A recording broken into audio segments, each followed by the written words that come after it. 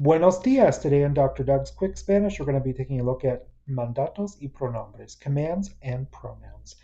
We're going to be bringing stuff back from way back to the beginning of our classes together. So what are pronouns, first of all? To refresh you, we have the direct object pronouns. That's set on eraser.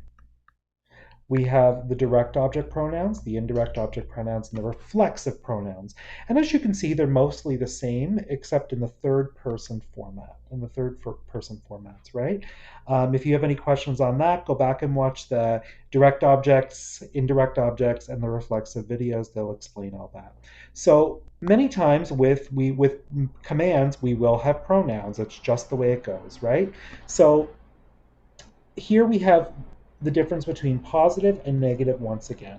If you're telling somebody or a group of people to do something, or if you're telling them not to do something. So let's say we have coma or coman los sandwiches. So remember with direct objects, we got to identify the verb and then identify what is being verbed. So here, coman los sandwiches. Eat what? The sandwiches. So this is a direct object. It's los, so we know it's going to be los. When the command is positive, coman los, we have to attach it to the end, and it needs an accent. Coman los, no? We have to attach to the end when we're telling somebody to do something. Or if I tell you to brush your teeth, right? Cepillarse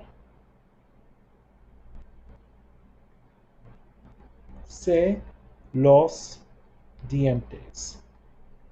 This is where it gets a little bit complex. Brush what? Your teeth. So we know this is direct object. This is going to be los. So we're going to conjugate this. Cepilla.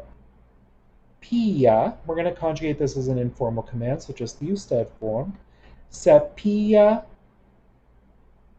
te, because I'm talking to you, it's an informal. Cepillatelos, right? Brush them.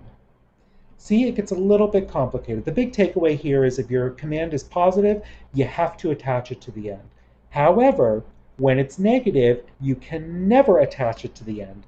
So if I'm telling you I'm telling you personally, do not eat the sandwiches, right? This is an informal command, comes no los sándwiches, right? So we have los, the los has to go in front. No los comes.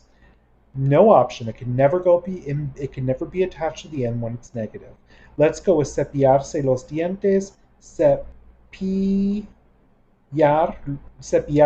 los dientes. So we're going to go with no, and we're going to do this as a informal command. So it's going to be cepilles because it's an AR verb. No te los cepilles. And remember with our order of operations, and this is going way back, and you may have to watch the double object pronouns.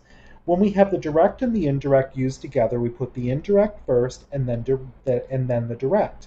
In this case, we don't have a direct object. This is a reflexive pronoun, but the reflexive pronoun functions the same way as an indirect object does, right? So the reflexive pronoun will come before the direct object. No te los cepilles.